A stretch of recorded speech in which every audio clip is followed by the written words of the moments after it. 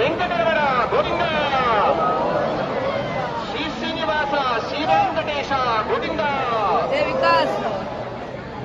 శంఖచక్ర గదాపద్మములు ధరించినటువంటి పరమాత్మని పూజిస్తే చాలు, అర్చిత సర్వదేవాస్తు. అందరూ దేవతలు కూడా అర్చింపబడిన వారు అవుతారు. అందుకోసమే ఈ ఒక్క పరమాత్మని పూజించండి, ఈ ఒక్క పరమాత్మని నమస్కరించండి, తక్షణాన్ని అన్ని శుభాలు కలుగుతాయి అనుకుంటారు. అలాగే స్వచ్ఛతే సర్వలోకేశే సుధాసనవస్తే కేశమే కేశి భక్తకేశితే